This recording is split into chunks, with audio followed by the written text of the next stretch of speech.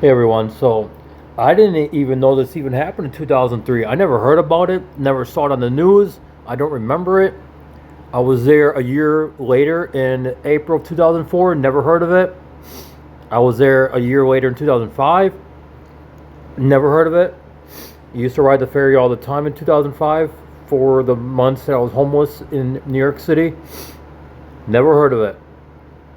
But I'm making this video because they're showing a lot of scenes that I recognize, a lot of places that I recognize, and things that hit pretty hard because of that.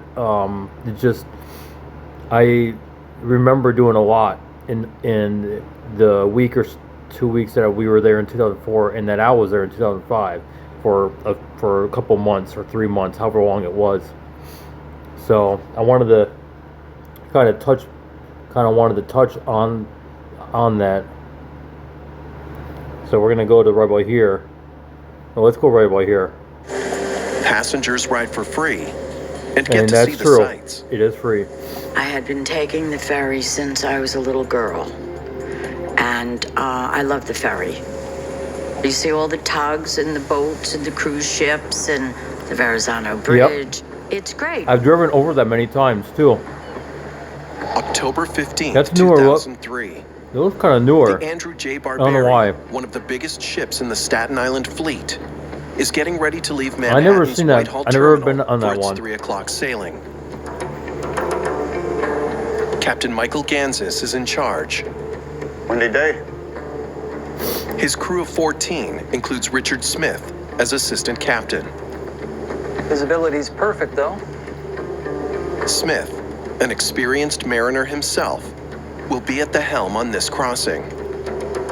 There's a lot of responsibility that these captains and crew have to deal with. Is the responsibility of carrying human life on board. The Barbary carries 6,000 passengers during peak times. But rush hour is just starting. On this trip, there are only about 1,500. The first wave of commuters heading home to Staten Island after work. Audrey Biazzi is one of them. That early group that I was with were all the workers, the construction workers, because construction, starts so early. Mm-hmm. It's barely 2 years since the World Trade Center was destroyed in a terrorist attack.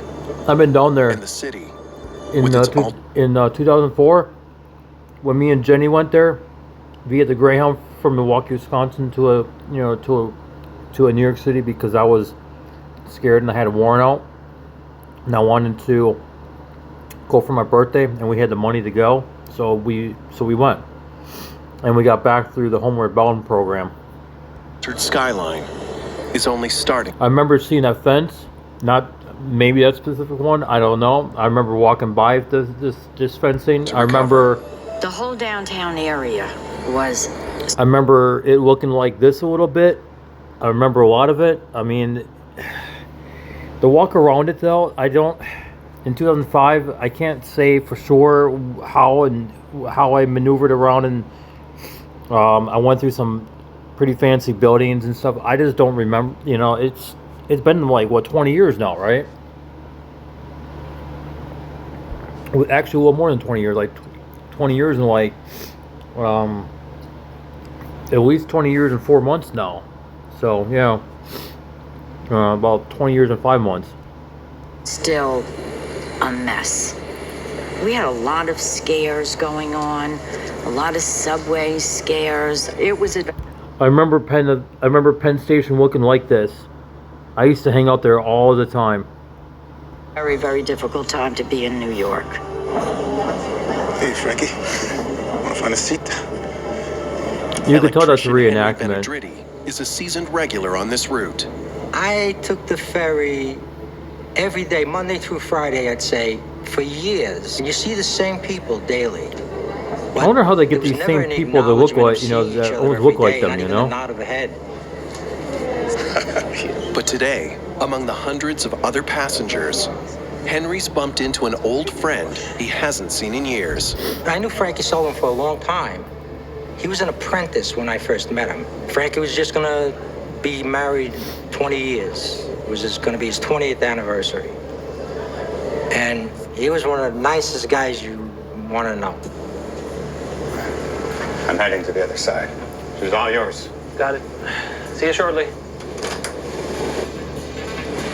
Once it leaves Manhattan, the Barbary will navigate around Governor's Island Yep. and then head southwest to the St. George Terminal on Staten Island.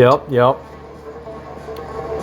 I've been on The it when it Andrew rained, but Barbary now when it's travels freezing back and cold. forth between the two terminals all day long, but it never has to turn around. It was crazy. The ferry is completely symmetrical.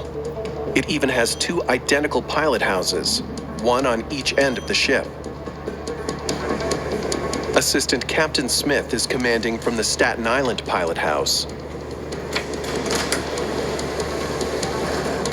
For the trip back, the Manhattan end will become the front of the ship, and Captain Gansas will take control.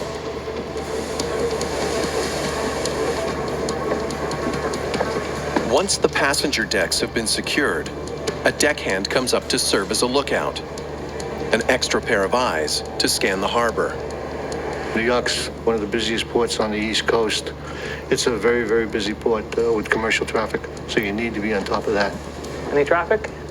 All clear. A lookout is a person that is supposed to be exactly what it says, looking out and making sure that the vessel stays out of harm's way. That's full ahead. Down below, the chief engineer keeps an eye on the engines. 7 minutes into the voyage, the assistant captain takes the ferry past the route's most famous landmark, the Statue of Liberty. The Statue of Liberty, you can't get any closer than that unless you go exactly to the Statue of Liberty, so it's beautiful. I've been there, done Many that of the too. regular I've seen commuters it. on board, It's from the ferry. Audrey Biazzi I relaxes got into pictures, her I think, routine. somewhere. I like to On my sit computer by or on the beam Facebook or so something. that I could sleep. I could lean against it and nod for 20 minutes. Police officer John Downey lives and works on Staten Island. Oh, I miss some old It's flip unusual phones. for him to be crossing the harbor during the week. I miss some I phones was so bad. testifying on I really wish that they would warrant stay in around. Manhattan, criminal court, and I decided to take the ferry back to Staten Island because I wanted to get back, to my command and head home that day. The Barbary is now roughly halfway through its voyage. The ship didn't. I remember The seeing. I senior remember mate comes up it to the looking like pilot that. house. It's his job to supervise the deckhands while they help the passengers get on and off. Now that the ferry's underway, he can breathe a little easier. Let it go. No problem. 15 minutes in, Approaching the KV buoy, Jersey side. Yeah, got it. the KV buoy marks the entry into the Kilvan Cull Channel and the approach to the Staten Island ferry terminal. That's when the vessel should be slowing down and they're going to make the approach into the slip and time to go home. A few minutes from now, when they approach the terminal, the ferry will have to pull into one of the narrow slips. On a windy day like today, that will take some especially deft maneuvering. The gap is barely wider than the ship. It can be very, very tricky, depending on where the wind's from, where's the wave action from, what the current's doing, and also other traffic that may be interfering with you. Okay, I'm heading down to my mooring station. Great. See you later. The reenactment is so The horrible. deckhand needs to be ready to let the passengers off when the ferry docks. Docking and undocking is going to be the busiest time. They're going to have to make sure that the passengers are keeping safe and not getting in harm's way. People are now either waking up from their sleep or putting their cell phones away or getting ready to disembark the vessel. Get out of here. It's like a sixth sense, okay, it's time for you to go toward the front. So you're not in that madness trying to get off. The ferry should be approaching the slip by now, but it's not. And we started to walk to the front of the boat. But the odd thing was, this guy is running by toward the back of the boat, passing us. I thought that was odd. When it shifts and slows up, you know you're coming in. And it never slowed up. I couldn't figure out why it wasn't slowing down. And then as we were getting closer, it seemed like it was picking up more speed. The ferry shows no sign of stopping. Everybody back! Everybody back! Holy shit! I know it's a reenactment, but holy fuck! And I flew. We all flew. Damn! It sounded like a bomb exploded on the boat. The sound of the metal, the clanging, steel screams. It's such a high-pitched kind of sound. And then it went completely quiet. Wow. The vessel has ground to a stop alongside a concrete maintenance pier, with its side torn wide open. Dozens on board are injured. The emergency has just begun. He is in some serious hot water. I'll tell you that right now. He is in some serious hot water. Yeah, I had to get up and blow my nose and everything. I mean, I'm actually bothered by this right now. Like, and it's 20-some years later. I'm still like just shocked by it. I don't get it. I really don't. The inside of the stricken Staten Island ferry looks like a war zone. Next thing you know, you hear people yelling and screaming. You know, it's complete chaos.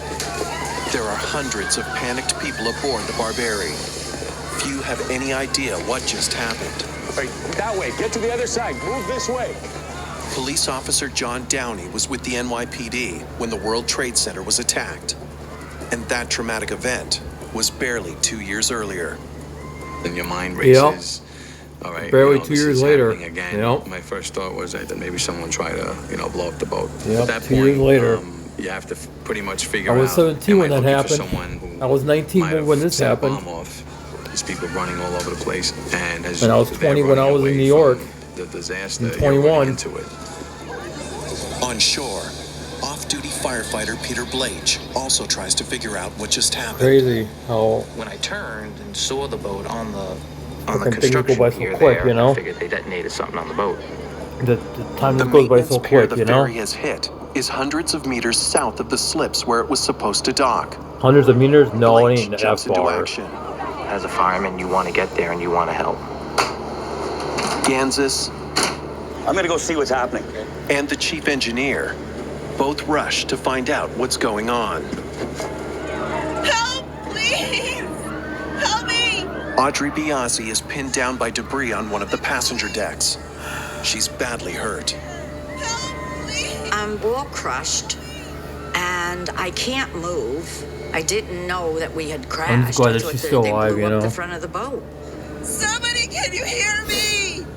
I thought, now I'm gonna drown, and this is how I'm going. Henry Benedritti finds himself behind a collapsed stairway.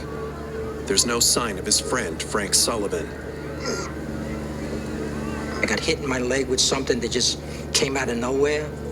I was able to wiggle my way out of where I was trapped. But I never saw Frankie. I thought Frankie was fine because he ran before me. I thought he's gonna be fine. This is Task Force Portable. I got a ferry crash in the pier with multiple injuries. Officer Downey's instincts and training take over. We're gonna need multiple ambulances at the terminal. It was tag, you're it. You're the first line of defense from now until everybody gets to the dock. What's going on? You, check damage on the main deck. Are you okay? Richie, are you okay? The injured passengers need help. For many, time is running out. I need your help. With the ferry's wrecked side against the maintenance pier, no one can get on or off the ship. Somehow, Captain Gansas has to get the ferry over to the slips so first responders can board. We need to switch over the controls. You stay here.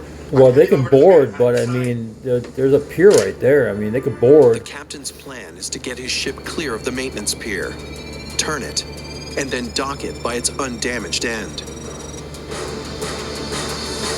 Off-duty firefighter Peter Blake is determined to get from the pier to the ferry, but it's too far to jump. I was able to get a construction ladder that was left there, and I was able to bridge from the concrete pier to the boat. New York City Fire Department, we really look at ourselves as the last line of defense to try to save a life. I got some cuts going onto the boat. Oh, shit. Blake has crossed over into another world. And the first person that I saw was deceased. I mean, some of the injuries, people lost their legs and their limbs. I mean, there was horrific injuries. Captain Gansas is back in the Manhattan pilot house, but he can't start piloting yet. Yep. Okay, I'm in position. Transfer, command, now. First, he and the engineer have to switch control over to that end of the ship. You have the command. Off-duty firefighter Peter Blake works his way through the passenger decks. Hey, sir, all right? Can you hear me? Many of the victims can no longer be helped. I was kind of like just trying to triage at that point to see like who's actually pinned. I don't know. I mean, that it kind of hit. It just hits really fucking hard because, one, I've been on the thing many times myself, and never even put thought into something like that ever happening. And two, it just, you know, I've gotten to know a lot of people while in New York City. Those two at times, and those people were so fucking awesome and nice. I wish I could have. I wish I had pictures of those people. I wish I would, you know, had the, you know, so many awesome people up in New York. You know what I mean? And it's been many years now since I've been there. I mean, I was in New York City after Hurricane Sandy, but that was just a brief weekend trip. That wasn't even like there for months on the street. You know, it was just there quick and back here in DC. You know. So yeah, I don't know, just yeah. Savable and who's obviously I deceased. want to go up there again so fucking bad. I really do. I'm in here. Blake finds Audrey Biasi still pinned under debris. We got somebody under here. What's your name? The next thing I hear is somebody saying, there's a woman under there. Let's get her out. We're just gonna move this off you, all right? It was kind of by luck that I came across her. She was stuck under like a piece of the steel decking. So listen, we're gonna need some leverage. Okay, this is gonna work. That'd be good, yeah. But we were able to use actual parts of the decking itself as a leverage to actually pull it off of her to get her out of it. Captain Gansas has got his ferry away from the pier and out into the harbor. Now he can attempt to turn it around. They had to maneuver that vessel, not knowing if the propulsion on that end of the vessel had been damaged. There are many injured people on board. Every minute could cost lives. At that point, it just seems like time really stood still as far as trying to get back to the terminal. A sea of rescuers has congregated, but they're powerless to do anything. I mean, you can see where help is, but you need to get there. So you got to get this boat into the pier. Nice and easy. Stand by the dock.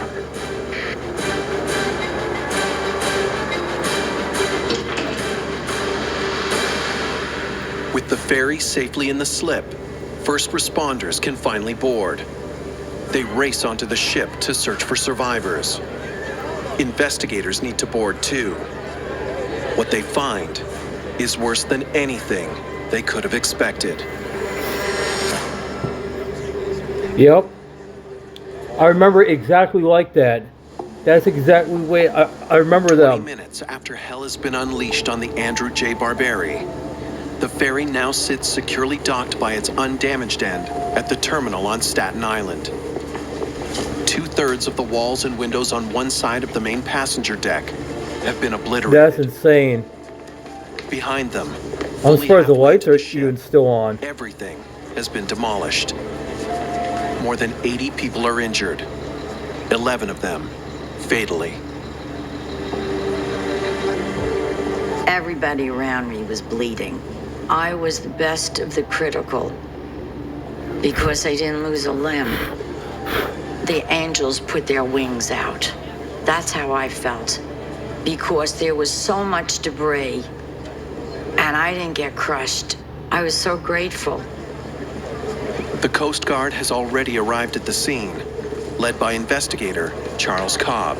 I remember the day very, very clearly. It's one of those things that you never forget. With Cobb is assistant investigator Richard Gonzalez. That's crazy. Got to the vessel, and that's when we realized this is really, really bad. The main passenger deck looks like it's been detonated. Yep. The extent of the damage. I remember them looking like that, yep. Death Yep. and injury. That did go through our mind as we got on there. Was it a terrorist attack? The investigators quickly determined this was no act It's been of such a terrorism, long time since I've been but they on those realized the things. general public could fear otherwise. This is about 2 years after 9/11, so everybody was assuming some kind of a mass attack. It turned out equally as devastating. Off-duty firefighter Peter Blake finally leaves the ship. I stayed and operated for probably up to maybe 2 hours. I was then told, hey man, you need to get your shoulder looked at. He didn't run into my buddy Frankie. He was ahead of me. Electrician Henry Benedritti is taken to a hospital and goes home that same night. People died that day. And about 3 o'clock in the morning, they started to talk about the names of the people. And the last name they said was Frank Sullivan. Frankie had 2 kids. A wife. He didn't make it. The horrific event has shaken the entire city. It's a terrible tragedy. People who were on their way home, all of a sudden taken from us. The National Transportation Safety Board puts investigator Bob Ford on the case. So 9/11, obviously, September 11th, 2001, and this is October 15th, 2003. Not much time had passed. A big accident in New York, that's going to be the first thing. Oh my God, we're getting attacked again. Yeah. They need to find the truth. That's and what I get would've word thought out to the too. public as quickly as they can. All right, what do you got for me so far? Let me show you. The NTSB and the Coast Guard will work closely together. The Staten Island ferries aren't equipped with voyage data recorders, so there's no audio record of what was said in the pilot house. I bet they are now, And no though. onshore security cameras captured the moment of impact. That's a lot of damage. So the key evidence investigators have is the mangled ferry itself. The impact tore a gash about 200 feet long. The severity of this accident, we couldn't figure out how it happened. It looked like the knife had been taken to the vessel from one And side it's to the slashed other. open. 50 feet deep into that thing, everything was just completely wiped out from the outside of the vessel till the midline of the vessel. A giant's hand with a To try fucking and giant knife understand the sliced it extreme open, you damage know? inflicted on the ferry, investigators focus on the maintenance pier it collided with. This was a concrete pier that was elevated, sticking out into the water. Where the vessel hit the dock happened to line up with the row of windows. We're talking about concrete against metal. Riding into the corner of the pier, the Andrew Barberi didn't stand a chance. Yeah. The pier just sliced it, and it basically cut it open like a tuna can down the side. The only reason it didn't sink was because of where the damage was, way, way above the waterline. Had this been below the waterline, people might have drowned. The crash could have resulted in hundreds of fatalities. Investigators want to interview all 15 crew members, especially the captain and assistant captain assigned to be in the pilot house during docking. I think he fucked up. Does he understand how serious this matter is? Right away, Okay, I understand. Thank you. they're hitting roadblocks. The captain won't meet us. The captain, he's taking the Fifth Amendment. He's not talking. The United States Fifth Amendment allows any person under investigation to keep silent, if they fear what they say could be used against them in court. He lawyered up and that was it. Investigators know it was Assistant Captain Smith. They put a plug on the ceiling? No, there's no outlets on the ceiling. Definitely wanted to talk to They don't put the outlets on the assistant ceiling like that. But in a stunning turn of events that shocks everyone, it's impossible to interview him. Police say one of the ferry captains, Richard Smith, fled the scene and ran home, where he shot himself with a pellet gun and slashed his wrists. He came out of his house on a stretcher in front of neighbors and is now in the hospital.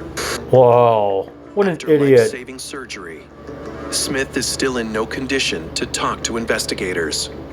I just couldn't believe it. It was the first time I've ever heard anything like that in any investigation. At this point now I'm thinking, why would he try to commit suicide? He knew he fucked up. Fucking Did bitch. this purposefully?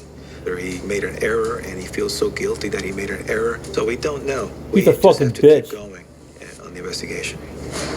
He's a little bitch boy. That's what he is. Understand how a qualified officer could mistakenly drive full speed into a pier in broad daylight.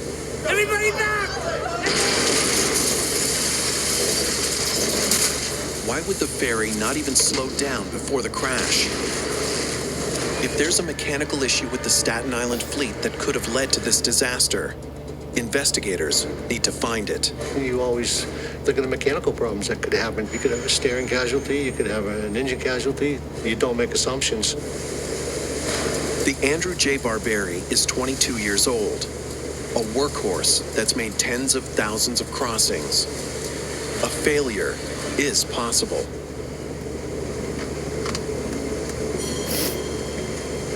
Can you hear me? Loud and clear. Knowing that the Barberi's powerful propulsion system could be malfunctioning, investigators tie the vessel securely to a dock, then put it through a battery of tests. Okay, go ahead. That was the main thing we thought this might have been, that this was a mechanical issue, that the propulsion system got stuck and pushed the vessel forward without being able to stop. Going to full power.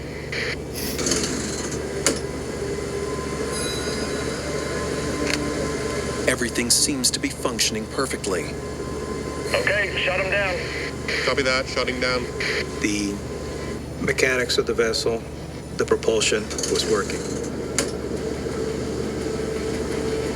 At the end of the day, it was determined that all systems were operating properly. I mean, that was ruled out probably on day 3. And so, what happened? Investigators need a new lead, but the assistant captain is still in the hospital, unavailable to talk. Okay, thanks. And the captain isn't talking either, on his lawyer's advice. I never talked to the captain. He kept giving the same answer based on advice from counsel. I invoked my Fifth Amendment right.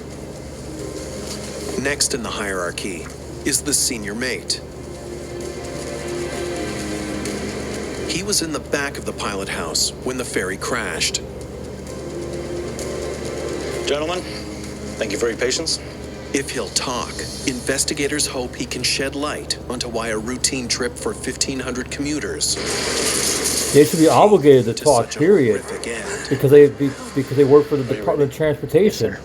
See, so basically, it should have been in their employment contract that they cannot use Fifth Amendment, that they cannot stay silent, that if anything happens, they have to speak, or they face the extreme severe penalties and consequences and lose everything. They stand to lose everything. That's what should be in their contracts, and it's for these fucking reasons too. So the assistant and the captain staying silent. They're just fucking assholes.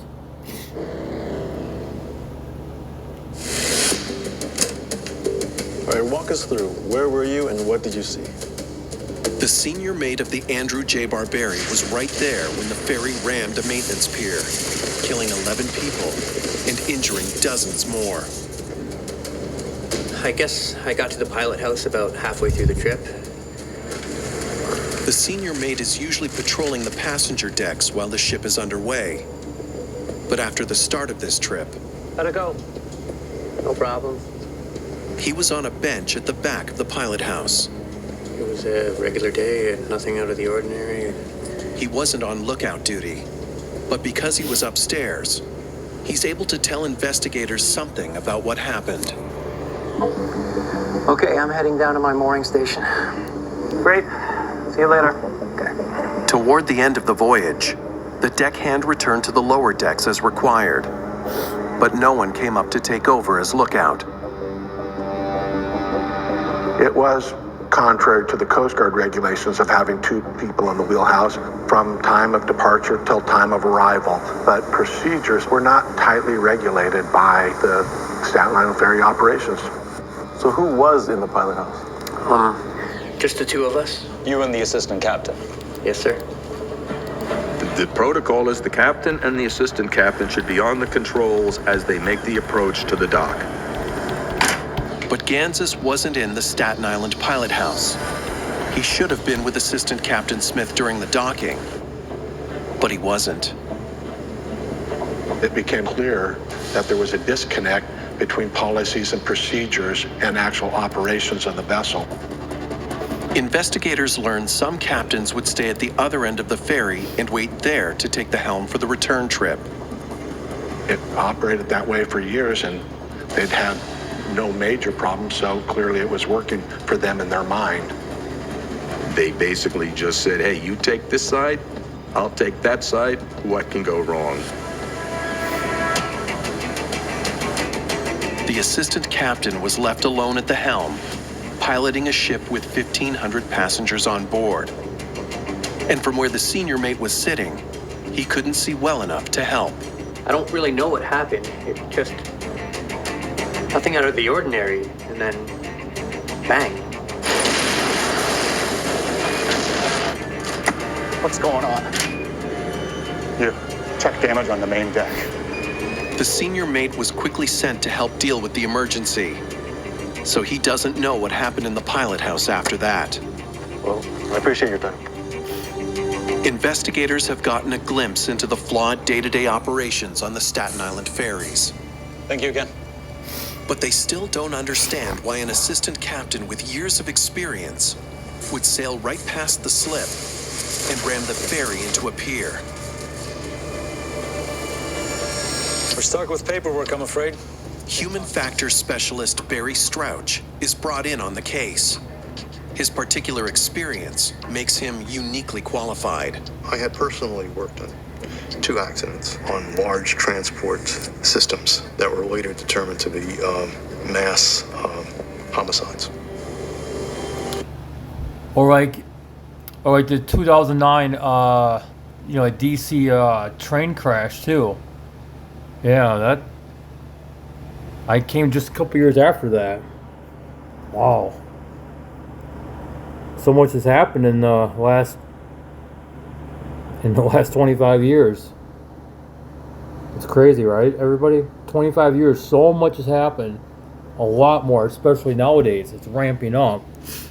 A lot of things are ramping up, and I don't know if it's because of social media.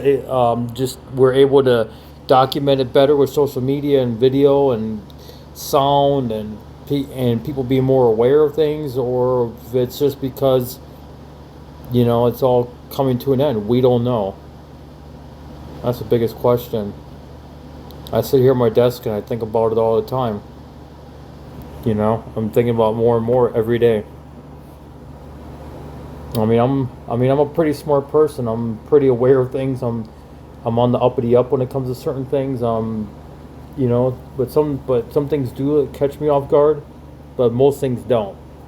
So, yeah, it's pretty crazy, right? It's a natural question. The assistant captain did not alter the course of the vessel, did not slow the speed. Was he suicidal in any way? Well, I feel like he was. Strouch looks into the 55-year-old assistant captain's records. He discovers Smith has an impeccable reputation. His annual performance reviews are all rated superior or outstanding. It's impressive. Every person we talked to, his records showed a diligent, motivated employee who liked his job and liked his life. How was life on the oil rigs? A lot worse than this. The winds were just vicious. When investigators interview Smith's colleagues and family, They find no suggestion Smith was suicidal before the crash. Strouch concludes Smith's suicide attempt was likely caused by distress after the accident. This assistant captain was so distraught by what he felt was his responsibility for the accident that he attempted suicide as a way of reacting to his feeling of remorse. But if he didn't ram the pier deliberately, what did happen? Investigators need to know more about Smith's actions before he... Yeah, but because they recreated the, try to recreate if the controls were bad, doesn't mean that they were bad, too. You know, it's just like a car. Sometimes the problem doesn't always present. So when you take it to your mechanic and he can't find nothing and sends you home, and then all of a sudden you start having the same problem again. I mean, it happens to boats, it happens to airplanes, it happens to everything. So we don't know. I guess we'll find out here soon. At the ship. There's someone else who saw him after the crash. The engineer talked to him right after. Stay here. I'm gonna go see what's happening. Okay. The chief engineer was one of the last people to talk to Smith before he disappeared that day.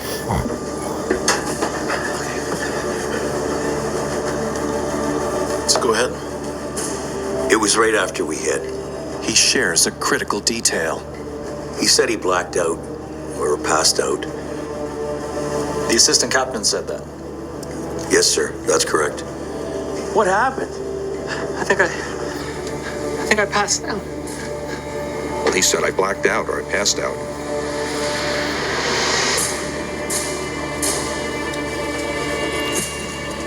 Did he fall asleep? Was it a medical condition? Did he have a stroke? Investigators have urgent questions that need answers. We start saying, why would he black out?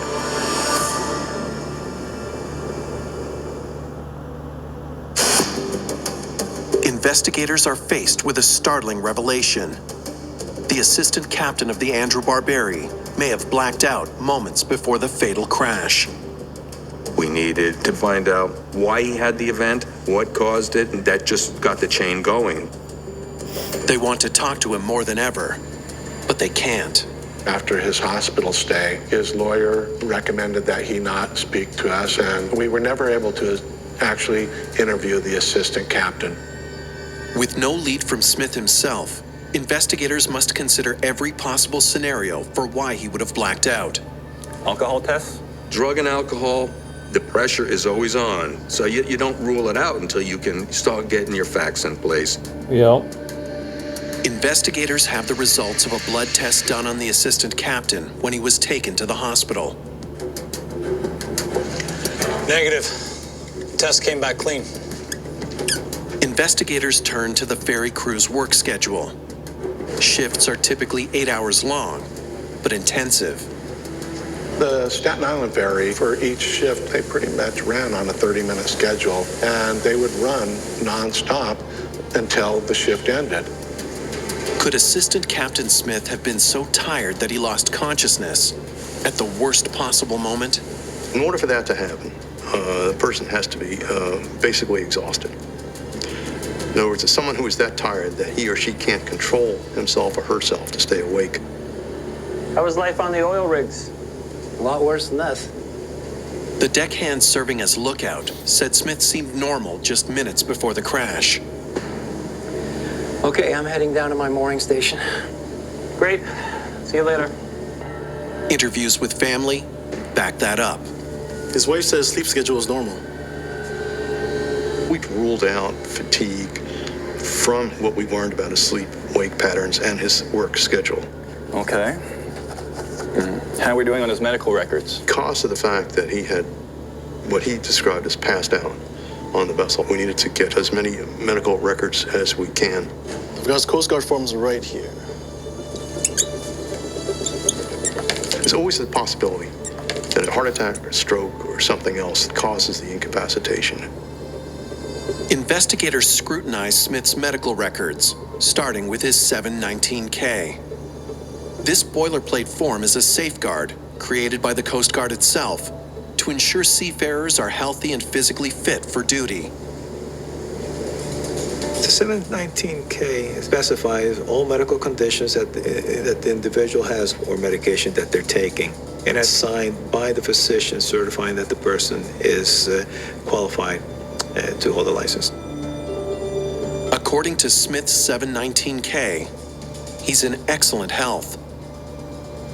None of the records Strouch has seen explain why the assistant captain might have blacked out at the controls. There's got to be more. Strouch is determined to keep digging. More than likely, there was other information out there that would be able to help us answer that question as to what happened on the ferry. We had to rule everything out. He thinks of a way to look beyond the 719K and maybe get closer to the truth. I took a guess that the pharmacies would tell us something. And I was prepared to go to every local pharmacy near where the assistant captain lived and just ask them if they had information about medications that they dispensed to the assistant captain.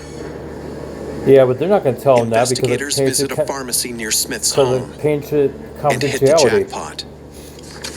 Unless he had a warrant. There's another one. This one's a painkiller. Smith was on a cocktail of prescriptions for a variety of conditions. The assistant captain had been on prescription medication for several years, which he had not reported to the Coast Guard. For Strouch, it's a shocking revelation. That's quite the list.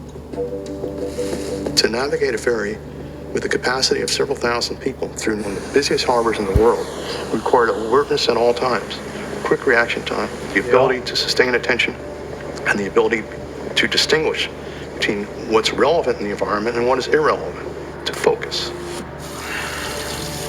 The assistant captain had been taking prescription pain medications for chronic back pain.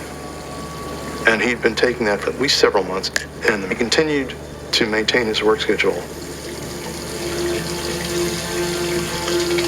One of the pain medications Smith has been taking is tramadol, a drug with a concerning list of side effects. Dizziness, drowsiness. And there it is. Blurred vision, fainting. Seizures. One of the... They didn't have a TV like that back in 03, I can tell you that right now. They didn't have, I don't think Google was even around. I know that Yahoo was, because I've used Yahoo extensively all the way up until they got rid of the chat rooms. But, yeah. Pill popping captain, huh? Never would have thought. See, everybody, that's exactly why doing drugs is so fucking wrong. It's so wrong. I don't care what anyone says. Drugs are not the answer. Potential side effects of tramadol is seizure. So it's very possible that the tramadol led to his incapacitation. The whole point of the Coast Guard's 719K is to flag mariners at medical risk to protect the lives of passengers and crew. That didn't happen this time. Investigators need to find out why.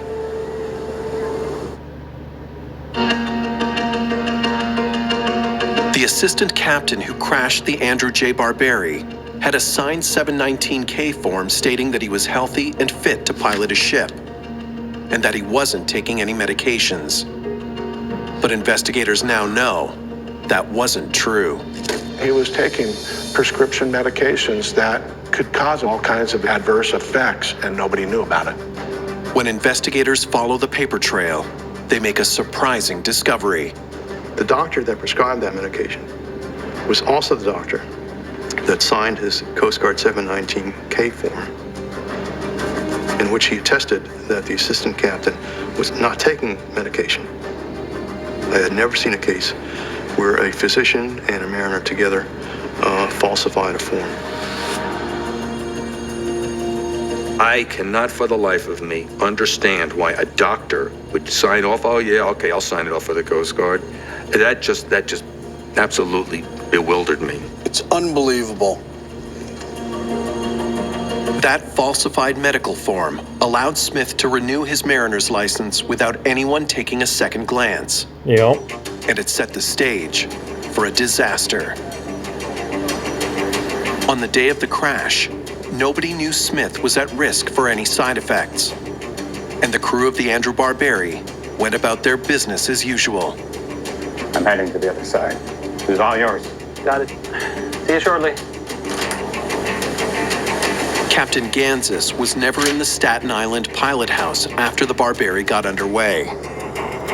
Worse, he didn't join Smith for the docking the way he was supposed to. See you later.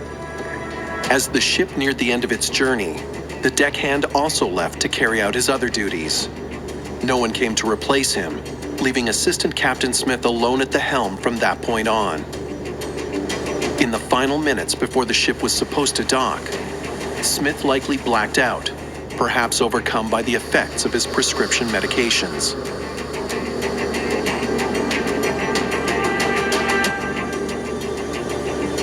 Had Captain Gansas been on the pilot house, or if they had a active lookout, he would have been able to see that Captain Smith had passed out on the controls and taken action. Incapacitated, Smith sailed the ferry right past the terminal at cruising speed. No one suspected anything. What are we gonna do? Until it was too late. What the?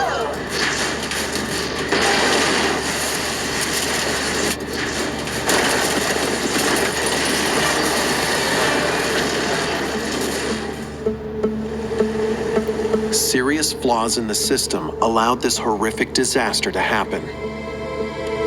The work investigators did in uncovering them have resulted in I can tell you right now that they didn't have computers like that either with these flat screens. I can tell you that right now.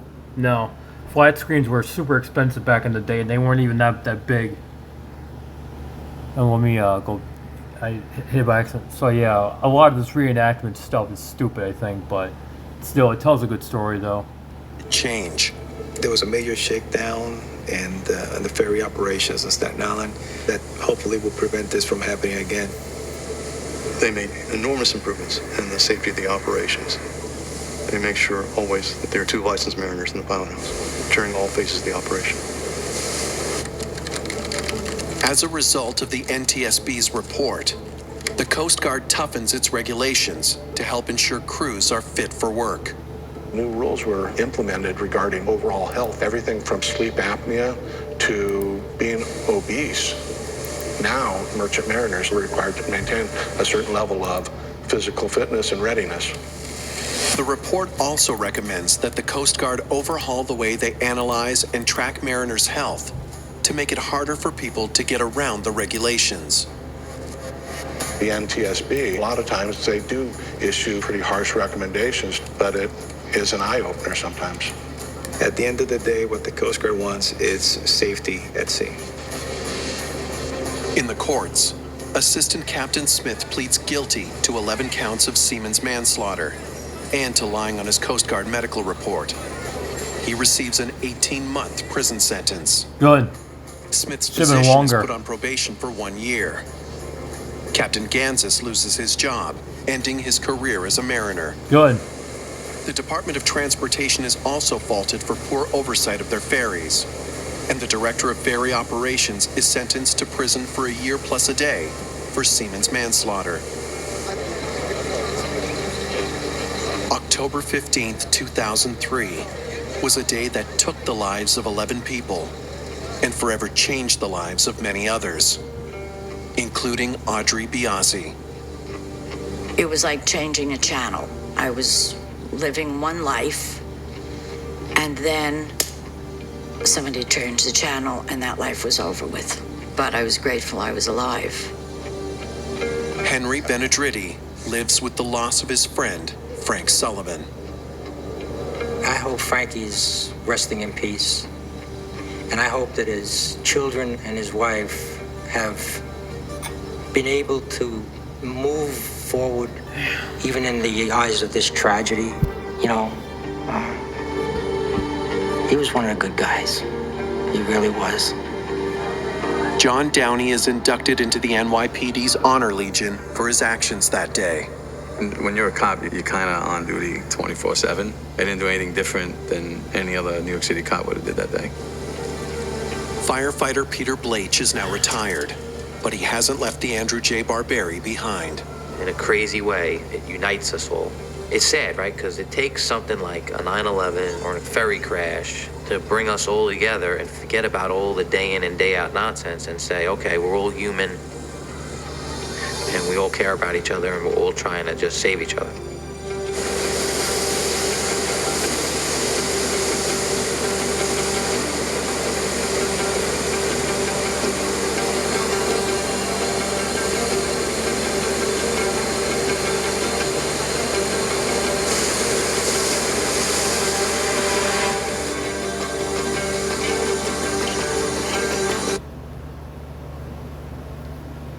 Anyone remember seeing that video of the bridge? This was recent too. That bridge was like shaking in the wind or something. It was really moving around, like big time. Kind of like the that bridge way back in the 20s or the 30s that narrows. That something, I don't know. I forgot the name of it, but yeah, that was crazy. And I've driven on that bridge, I think like a year before that, or something like that. So yeah, that was pretty scary. Yeah, I've driven the upper and the lower. I think I've driven the upper and the lower decks of the Verrazano. I'm pretty sure of it. I remember being up on the upper deck. I'm trying to remember what vehicle. I think it would have been my friend's Escalade. Could have been his sister's or whoever that girl was. Could have been her RAV4 limited edition. It could have been Jessica's SRX. I remember. I think I missed the exit once on the Brooklyn side, and we had to make like what I would call like a U-turn, but we didn't make a U-turn. We had to get redirected. Yeah. Wow.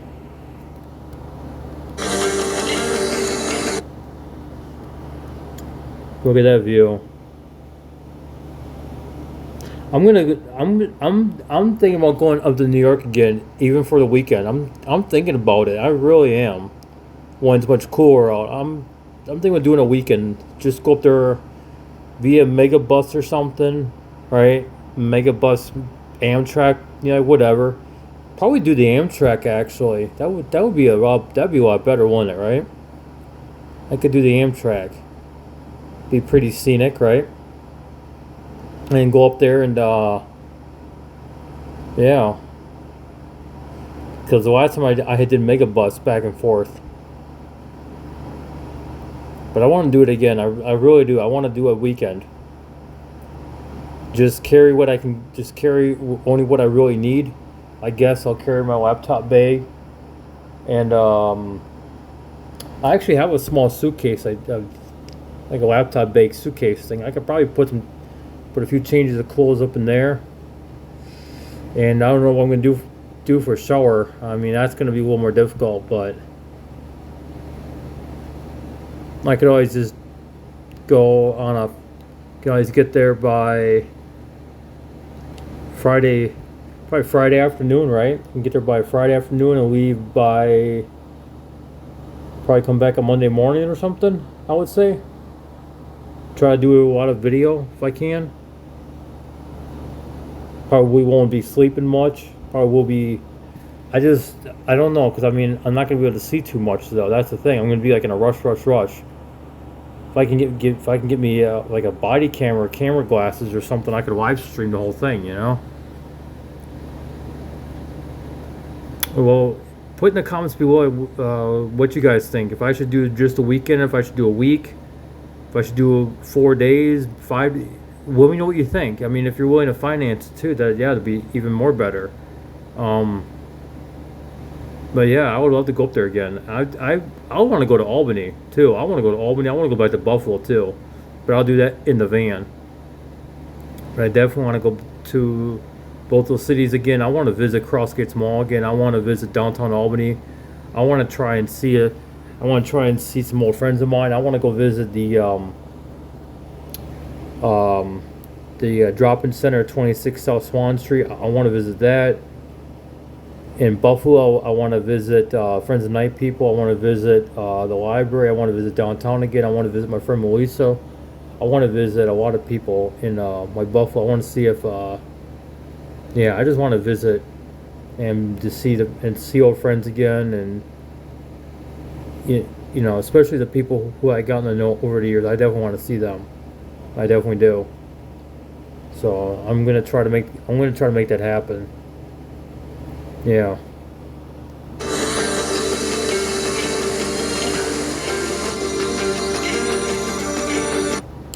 Alright, well, I'm gonna see you guys later, alright?